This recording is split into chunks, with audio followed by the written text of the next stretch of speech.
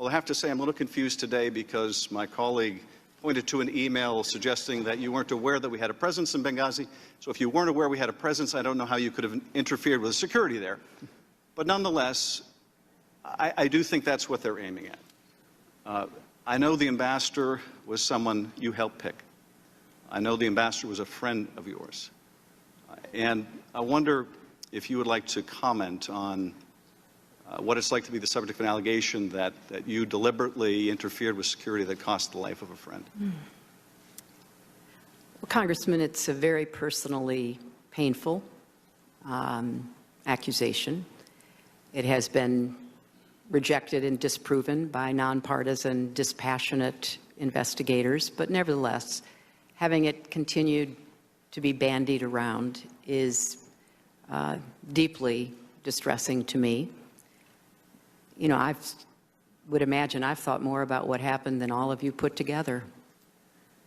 I've lost more sleep than all of you put together. I have been racking my brain about what more could have been done or should have been done.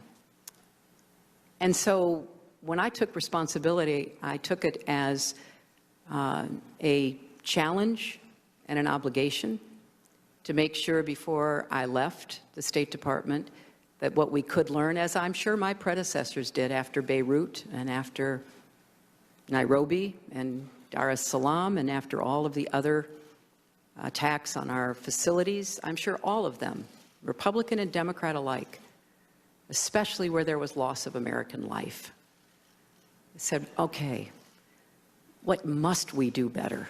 How do we protect the men and women that we send without weapons, without support from the military into some of the most dangerous places in the world?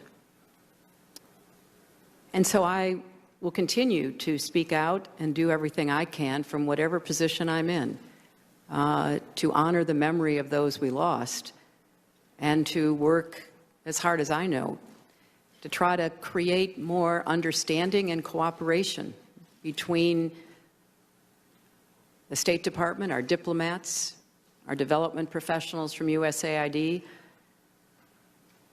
and the Congress, so that the Congress is a partner with us, as was the case in previous times. I would like us to get back to those times, Congressman, whereas I think one of you said, Beirut, we lost far more Americans, not once but twice within a year. There was no partisan effort. People rose above politics.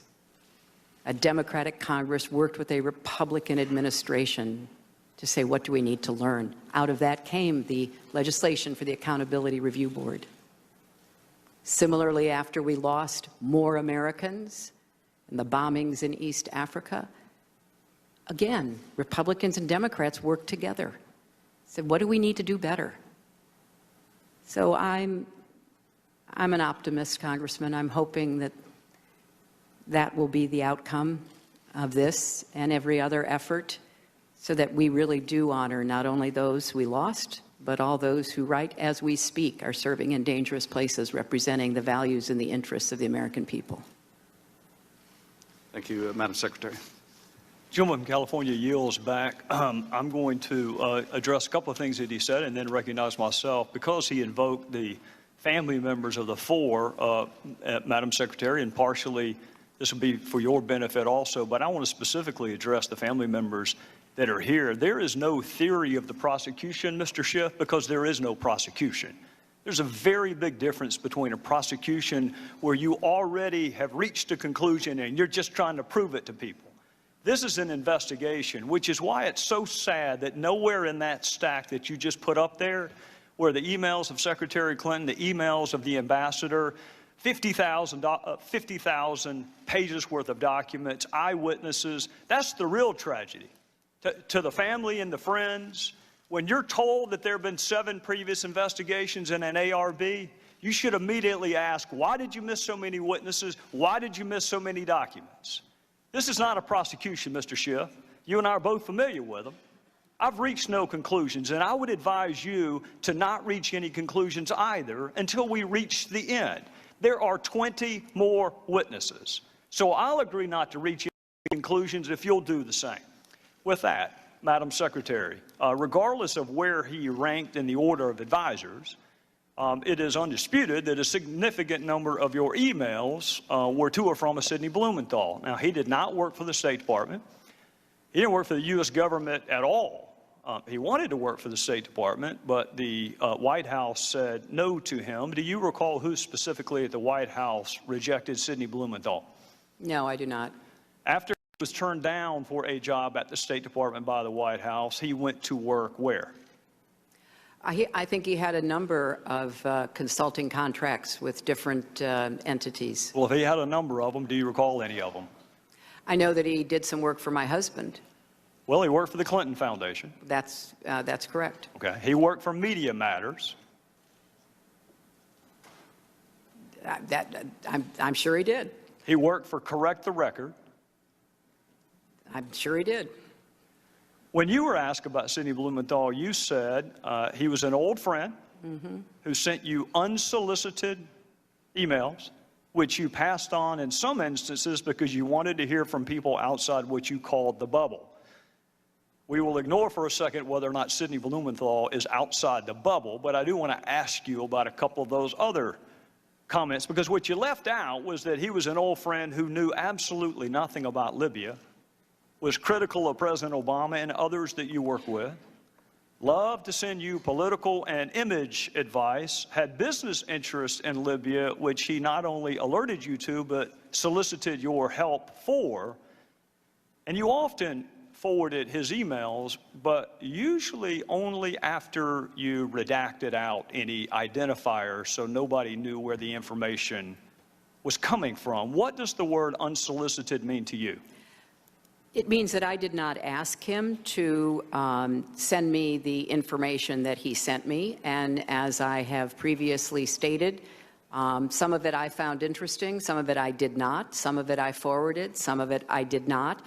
I did not know anything about any business interests. I thought that, just as I said previously, newspaper articles, journalists, of which he is one, a former journalist, had some interesting insights. And so we took them on board and evaluated them, and some were helpful and others were not. We're going to get to all the points you just made, but I want to start with your public comment that these emails were unsolicited. You wrote to him, "Another keeper, thanks and please keep them coming. Greetings from Kabul and thanks for keeping this stuff coming. Any other info about it? Question mark. What are you hearing now? Question mark. Got it. We'll follow up tomorrow. Anything else to convey? Question mark." Now, that one is interesting because that was the very email where Mr. Blumenthal was asking you to intervene on behalf of a business deal that he was pursuing in Libya. What did you mean by what are you hearing now? I have no idea, Congressman. They started out unsolicited, and as I said, some were of interest. I passed them on, and some were not. And so he continued to provide me information that was made available to him. I don't want to parse words, and I don't want to be hyper-technical, because it's not a huge point, but it is an important point. You didn't say they started off unsolicited. You said they were. You said they were unsolicited. Well, they were unsolicited, but obviously I did respond to some of them. Well, and I'm sure that encouraged him. Anything else to convey? What are you hearing now? I'm going to Paris tomorrow night. We'll meet with TNC leaders, so this and additional info useful. Still don't have electricity or BlackBerry coverage post-Irene, so I've had to resort to my new iPad. Let me know if you received this. We'll talk about the new iPad in a little bit. Here's another one. This report is in part a response to your questions. That's an email from him to you. This report is in part a response to your questions. There'll be further information in the next day. If you're the one asking him for information, how does that square with the definition of unsolicited? I said it began that way, Mr. Chairman, and I will add that both Chris Stevens and Gene Kretz found some of the information interesting, far more than I could, because they knew some of the characters who were being mentioned, and they were the ones, the kind of persons with the expertise that I asked to evaluate to see whether there was any useful information. We're going to get to that in a second. Now, before you give Mr. Blumenthal too much credit, you agree he didn't write a single one of those cables or memos he sent you. I'm sorry, what? He didn't write a single one of those cables or memos. I don't know who wrote them. He's the one who sent them to me. Would you be surprised to know not a single one of those was from him? I don't know where he got the information that he was sending to me. Did you ask? You're sending me very specific, detailed intelligence. What is your source? That seems to me like a pretty good question. I did learn later that he was talking to or sharing information from former American intelligence officials. By the name of? Who wrote those cables? I don't recall. I don't know, Mr. Chairman.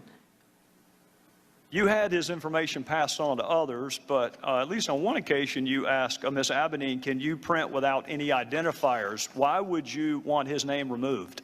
Because I thought that it would be more important to just look at the substance and to make a determination as to whether or not there was anything to it. Well, don't people have a right to know the source of the information so they can determine credibility? But he wasn't, as you just said, the source of the information. But you didn't know that, Madam Secretary, and that's what you just said. No, Mr. Chairman. I said that I knew that he didn't have the sources to provide that information. I knew he was getting it from somewhere else. He knew a lot of journalists, he knew others in Washington. It could have been a variety of people. Well, if you're going to determine credibility, don't you want to know the source? Well, it wasn't credibility so much as trying to follow the threads that were mentioned about individuals. And as I already stated, some of it was useful and some of it was not.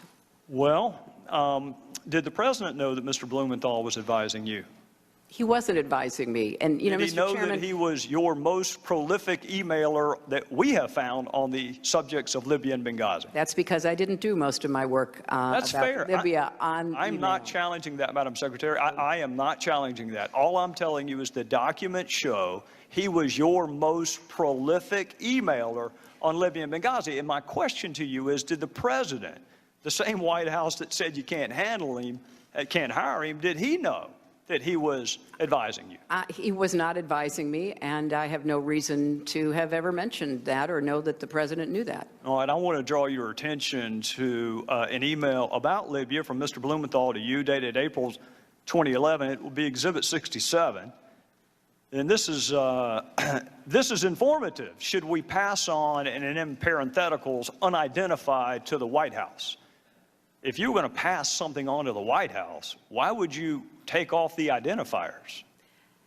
Because it was important to evaluate the information, and from a lot of intelligence that I have certainly reviewed over the years, you often don't have the source of the intelligence. You look at the intelligence and you try to determine whether or not it is credible, whether it can be followed up on. Well, I'm going to accept the fact that you and I come from different backgrounds, because I can tell you that an unsourced comment could never be uttered in any courtroom. You have to have the right. We're not talking about courtrooms, Mr. Chairman. No, we're talking about intelligence. No, we're talking about credibility and the ability to assess who a source is and whether or not that source has ever been to Libya, knows anything about Libya, or has business interest in Libya, all of which would be important if you were going to determine the credibility, which I think is why you probably took his information off of what you sent to the White House. But here's another possible explanation that may give us a sense of why maybe the White House didn't want you to hire him in the first place. In one email, he wrote this about the President's Secretary of Defense: I infer Gates' problem is losing an internal debate. Tyler, and by the way, Tyler is Tyler Drumheller. That's who actually authored the cables that you got from Mr. Blumenthal. Tyler knows him well and says he's a mean, vicious little, I'm not going to say the word, but he did. This is an email from Blumenthal to you about the President's Secretary of Defense. And here's another Blumenthal email to you about President's National Security Advisor. Frankly, Tom Donilon's babbling rhetoric about narratives on a phone briefing of reporters on March the 10th has inspired derision among serious foreign policy analysts both here and abroad. And here's another one from what you say is your old friend Sidney Blumenthal. This is a quote from him. I would say Obama, and by the way, he left the president part out, I would say Obama appears to be intent on seizing defeat from the jaws of victory. He and his political cronies in the White House in Chicago are, to say the least, unenthusiastic about regime change in Libya. Obama's lukewarm and self-contradicting statements have produced what is, at least for the moment, operational paralysis. I think that may give us a better understanding of why the White House may have told you you cannot hire him. Blumenthal could not get hired by our government, didn't pass any background check at all, had no role with our government, had never been to Libya, had no expertise in Libya, was critical of the president and others that you worked with, shared polling data with you on the intervention in Libya, gave you political advice on how to take credit for Libya, all the while working for the Clinton Foundation and some pseudo-news entities. And Madam Secretary, he had unfettered access to you. And he used that access, at least on one occasion, to ask you to intervene on behalf of a business venture. Do you recall that? You know, Mr. Chairman, if you don't have any friends who say unkind things privately, I congratulate you. But from my perspective, I'd like to think I'd correct them. I don't know what this line of questioning does to help us get to the bottom of the deaths for Americans. I'll be happy to help you understand that, Madam Secretary. But I want to reiterate what I said to Congresswoman Sanchez. These were originally unsolicited. You've just said that perhaps the main, if not the exclusive author, was a former intelligence agent for our country who rose to the highest levels of the CIA and who was given credit for being one of the very few who pointed out that the intelligence used by the Bush administration to go to war in Iraq was wrong. So I think that, you know, the sharing of information from an old friend that I did not take at face value, that I sent on to those who were experts, is something that you know, makes sense, but it was certainly not in any way the primary source of or the predominant understanding that we had of what was going on in Libya and what we needed to be doing. Well, Madam Secretary, I'm out of time, and we'll pick this back up the next round, but I'll go ahead and let you know ahead of time why it's relevant. It's relevant because our ambassador was asked to read and respond to Sidney Blumenthal's drivel. It was sent to him to read and react to, in some instances on the very same day he was asking for security. So I think it is eminently fair to ask why Sidney Blumenthal had unfettered access to you, Madam Secretary, with whatever he wanted to talk about, and there's not a single solitary email to or from you to or from Ambassador Stevens. I think that is fair, and we'll take that up next Gentleman round. yield. Gentleman yield. Sure. Thank you. Mr. Chairman, you've made several inaccurate statements over the past month as you have tried to defend against multiple Republican admissions that the Select Committee has been wasting millions of tax dollars to damage Secretary Clinton's bid for president. On Sunday, you made another inaccurate statement during your appearance on Face the Nation, and it's being taken up here, and this is the relevance. Here's what you said, and I quote, "There are other folks who may have equities in her emails, and there may be other entities who are evaluating her emails. But my interest in them is solely making sure that I get everything I'm entitled to so that I can do my job. The rest of it, classification, Clinton Foundation, you name it, I have zero interest in it, which is why you haven't seen me send a subpoena related to it or interview a single person other than Brian Pagliano, because I need to know that the record is complete." And I'm going back to the truth, the whole truth, and nothing but the truth. I'm waiting. Chairman, let me finish. I'm waiting on you. I've been very patient. Just wait. I'm waiting on the inaccurate statement. I'm getting there. Mr. Chairman. Well, we got to take your a break. statement was, well, it's not going to take long. You took up 4 minutes over, so let me have 3. I've let everybody go over, Thank including you, Mr. Thank you Conner. very much. You issued a subpoena to Sidney Blumenthal on May 19th, 2015, compelling him to appear for a deposition on June 16, 2015. You issued this subpoena unilaterally without giving the select committee members the opportunity to debate or vote on it. You sent 2 armed marshals to serve the subpoena on Mrs. Blumenthal's wife at their home without having ever sent him a request to participate voluntarily, which he would have done. Then, Mr. Chairman, you personally attended Mr. Blumenthal's deposition. You personally asked him about the Clinton Foundation, and you personally directed your staff to ask questions about the Clinton Foundation, which they did more than 50 times. Now, these facts directly contradict the statements you made on national television this last Sunday. No, sir. With all due respect, they do not. We just heard email after email after email about Libya and Benghazi that Sidney Blumenthal sent to the Secretary of State. I don't care if he sent it by Morse code, carrier pigeon, smoke signals. The fact that he happened to send it by email is irrelevant. What is relevant is that he was sending information to the Secretary of State. That is what's relevant. Now, with respect to the subpoena, if he'd bothered to answer the telephone calls of our committee, he wouldn't have needed a subpoena.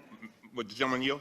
I'll be happy to, but you need to make sure the entire record is correct, Mr. Conner. And that's exactly what I want to do. Well, then go ahead. I'm about to tell you. I move that we put into the record the entire transcript of Sidney Blumenthal. We're going to release the emails. Let's do the transcript. That way the world can see it. Well, we didn't. The motion has been seconded. Well, we're not going to take that up at a hearing. We'll take that up in a business meeting. I've consulted with the parliamentarian, and they have informed us that we have a right to a recorded vote on that motion. We want, you ask for the truth, the whole truth, and nothing but the truth. Well, that's what we want to have. Let the world see it. Why is it that you only want Mr. Blumenthal's transcript released? Why don't you want the survivors? The survivors, even their names? Let me you tell want you that? something. No, you want that released? Let me tell you something. Right now, the only one you've asked for is Sidney Blumenthal. That's the only one you've asked for. That and Ms. Mills. Cheryl Mills.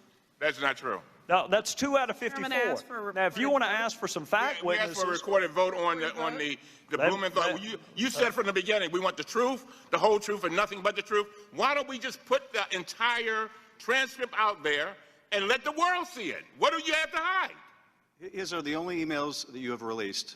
And the fairness to Mr. Blumenthal and to the American people, in the interest of a complete record, if you're going to release his emails, release his transcript where he has a chance to give the context of those emails. Well, you keep referring to Blumenthal emails. I would hasten to remind both of you, the only reason we have Blumenthal emails is because he emailed the Secretary of State. Those are her emails. That's why they were released. They're not Blumenthal's emails, and she wanted all of her emails released. She's been saying since March, I want the entire world to see my emails. Well, Sidney Blumenthal's emails are part of that. So here's what I'll do. I'll be happy to talk to the parliamentarian, because the parliamentarian told me that your motion actually would not be in order for a hearing. But at the latest, we'll take a vote. The first week we are back, after this week, we'll have a business meeting.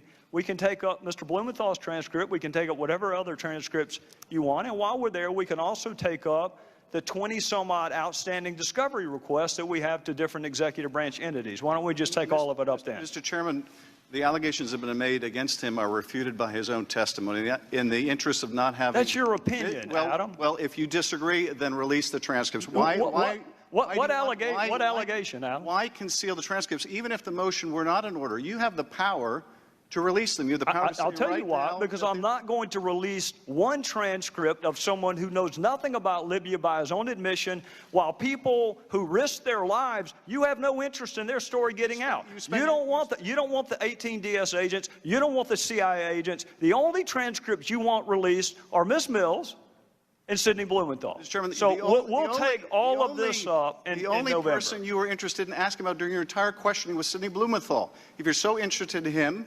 release the transcript. You selectively released his emails. They're the only witness you've done that for. So you're asking why are we only asking for his transcript? I'm going to saying ask the because you gentleman from released his California to emails. please do a better job of characterizing. These are not Sidney Blumenthal's emails. These are Secretary Clinton's emails. And I'll tell you what, if you think you've heard about Sidney Blumenthal so far, wait till the next round. Sure, With that, we're adjourned.